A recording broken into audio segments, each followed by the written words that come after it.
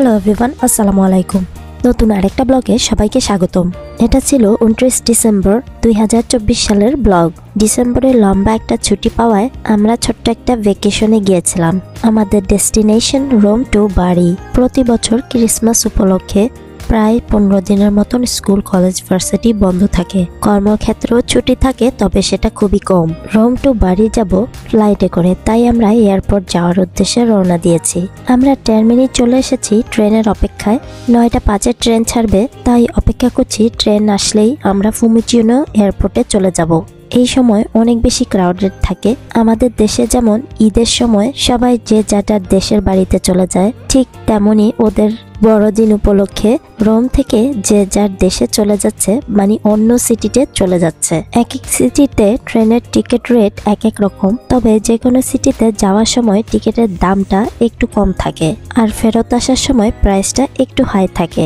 Luckily আমরা 4টা seat একসাথে পেয়েছি। এবার বলি ট্রেনের টিকিটের রেট কত করে।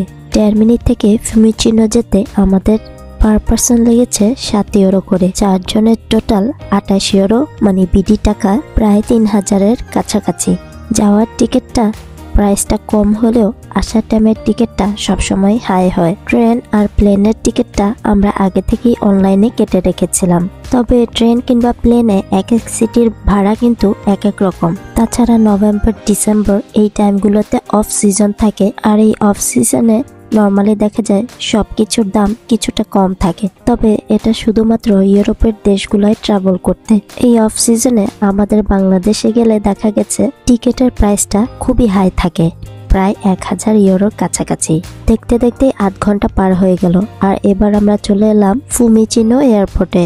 লাস্ট 13 বছর আগে বাংলাদেশ থেকে ইতালিতে এই এয়ারপোর্টেই নেমেছিলাম। তারপর এয়ারপোর্টে আসার সুযোগ বা সৌভাগ্য হয়নি। এন্ট্রান্সের জায়গাটা বেশ ভিড় ছিল মানুষের আনাগোনায়।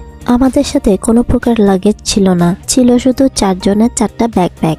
আমরা যদি লাগেজ ক্যারি করতাম সেই ক্ষেত্রে আমাদের চার্জটা আরেকটু বেশি পড়তো। আর এই ব্যাকপ্যাকেরও একটা নির্ধারণ করা মাপ রয়েছে, মাপের বাইরে গেলেই আমাদেরকে পে করতে হবে। এই মুহূর্তে ফিলিংসটা ছিল অদ্ভুত, কারণ এটাই হলো ইন্টারন্যাশনাল এয়ারপোর্ট ইতালির, আর এই রুট দিয়েই আমাদের বাংলাদেশে যাওয়া হয়। আনন্দ তো কাজ করছে, তার সাথে টেনশনও কাজ করছে। আমরা প্রায় কাছাকাছি চলে এসেছি বোর্ডিং এর।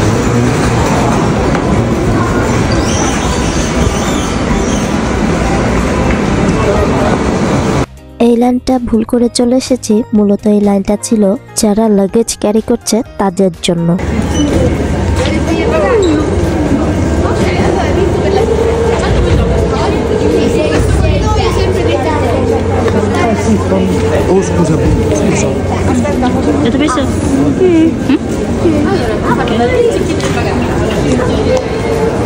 এটা আমার মেয়ের প্রথম প্লেন জার্নি।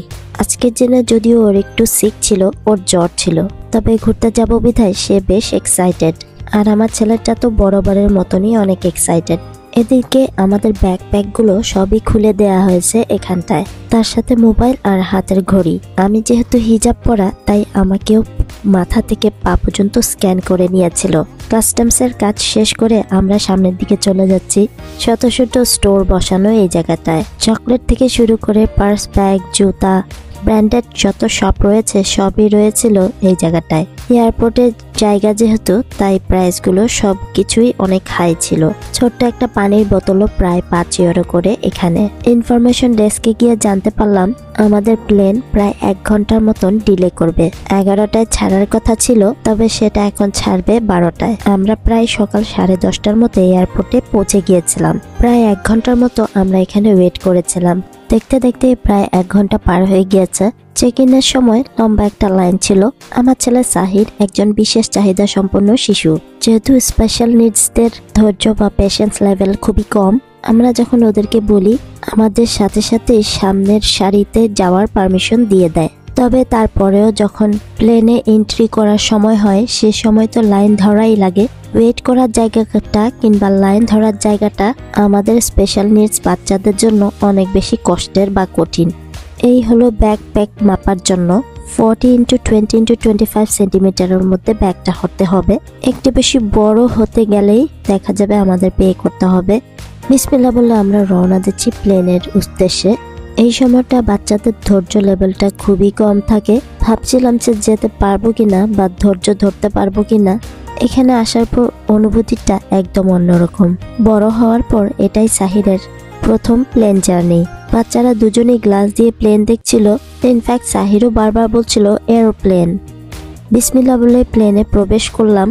আর প্লেনে প্রবেশ করার সময়টা সাহির অনেক এক্সাইটেড ছিল, হয়তোবা ও ফিল করতে পারছিল যে এটা প্লেন। আমরা গিয়েছিলাম রায়ান এয়ারে, আর এই এয়ারটা একদম ছোটর মধ্যে ছিমছাম একটা এয়ার। একসাথে সবার সিট না পাওয়ার আমি আর বাচ্চারা সহ 3 সিটের পজিশনটা নিয়েছি, আর বাচ্চাদের পাপা আমাদের সাইডে একই রেশেতে ওই পাশের সিটে বসেছে। আমরা আমাদের সিটটা খুঁজে নিচ্ছিলাম, তারপর যে যার সিটে আসন গ্রহণ করে নিয়েছি। এয়ারপোর্টের ভিতরে প্লাস প্লেনের ভেতরেও অনেক বেশি গরম থাকায় আমরা সবাই যে যার জ্যাকেট খুলে নিয়েছি। এদিকে সাহিরকে বসিয়ে দিয়েছি জানালার সাইডের সিটে, আর আমি বাচ্চাদের 2 জনের মাঝখানে। বাচ্চাদের পাপা ওই পাশে সিটে বসেছে, তার সাথে বসেছিল 2 জন বৃদ্ধা। আমার সাহির তো বেশ এক্সাইটেড, কারণ সে ফিল করতে পারছিল এটা প্লেন। ট্রাভেলের সময় ইউ ডিসেবিলিটি কার্ডটা চেষ্টা করি সাহিরের গলায় ঝুলিয়ে দিতে, এতে করে অন্যদের বুঝতেও যেন সময় না লাগে, কিংবা সাহির হারিয়ে গেলেও যেন কার্ডটা দেখেও অন্যরা বুঝতে পারে। তাছাড়াও সাহির যদি কোনো ইমপ্রপারেট বিহেভিয়ার করে, সেই ক্ষেত্রে অন্যরা ওর কার্ডটা দেখেও যেন বুঝতে পারে। মূলত এই ছোট ট্রিপটা ছিল সাহিরের জন্য। ওর ধৈর্য লেভেল যেহেতু খুবই কম, 1 ঘন্টার প্লেন জার্নিতে এক্সপিরিয়েন্স করে দেখলাম যে ও নিতে পারে কিনা। চেক ইনের সময় অনেকটা ধৈর্য না ধরতে পারলেও 1 ঘন্টার প্লেন জার্নিটা একদম স্মুথলি গেছে।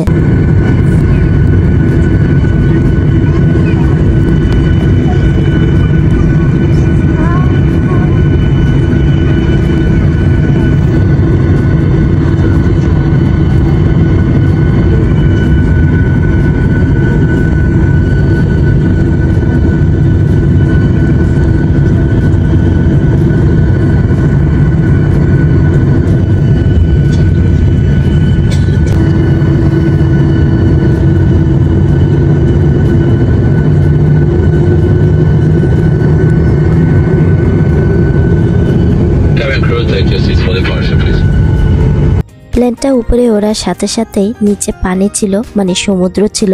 আমার সাহির সেটা দেখেই বলছে আকোয়া, মানে পানি।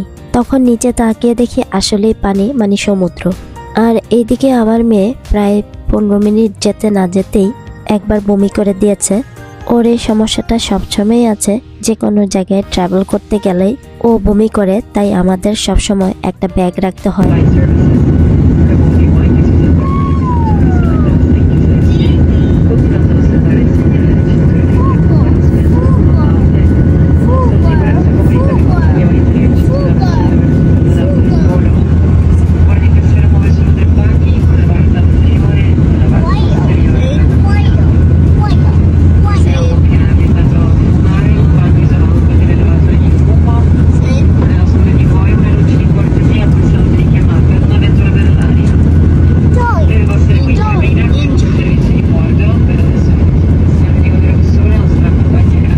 আমার সাহির বেশ এক্সাইটেড, তাই সে সবসময় বলছে এনজয় এনজয়। প্লেনে কোনো খাবার, পানি, কফি এসব খেতে হলে আপনাকে এক্সট্রা পে করতে হবে। এবার বলি প্লেনের টিকিটের দাম কত। আমাদের পার হেড লেগেছে এক একজনের 30 ইউরো করে, 4 জনের টোটাল 120 ইউরো। বিডি টাকায় প্রায় 10,000-এর একটু বেশি।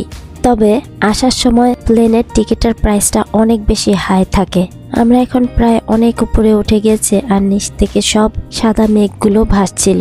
দেখতে দেখতে প্রায় 1 ঘন্টাটা পার হয়ে গেল। এবার প্লেন ল্যান্ড করার পালা। আলহামদুলিল্লাহ ভালোই প্লেন জার্নিটা সুন্দর স্মুথলি গেছে। এইদিকে বাব্বাটার একটু ফটোশুট করে দিচ্ছিলাম, আর আমার সাহিরকেও সবচেয়ে বড় একটা থ্যাঙ্কস এত সুন্দরভাবে আমাদের সাথে কোঅপারেট করার জন্য। ফ্লাইট থেকে নেমে ছোট্ট একটা বাস দিয়েছে আমাদেরকে এয়ারপোর্ট স্টেশনে যাওয়ার জন্য। স্টেশনে নামতেই একটা বাস পেলাম, আর এই বাসটা যাবে আমাদের এয়ারবিএনবি যেখানে নিয়েছি সেখানে, মানে বাড়ি সেন্ট্রালে। এখানকার বাস টিকিট কত নিয়েছে তা বলি। আমাদের এক একজনের নিয়েছে 5 ইউরো করে, তবে সাহির বাদে। ডিসেবল পার্সনদের জন্য এই বাসে কোনো টাকা লাগে না, তাই 3 জনের নিয়েছে 15 ইউরো। ছোট ছোট আকারের ভ্যাকেশনের ব্লগ দিব ইনশাল্লাহ। সবাইকে নতুন বছরের শুভেচ্ছা। আজ এ পর্যন্তই, দেখা হবে নেক্সট ব্লগে। লাইক, ফলো, শেয়ার, সাবস্ক্রাইব করে পাশেই থাকবেন। আল্লাহ হাফেজ, আসসালামু আলাইকুম। Thanks for watching.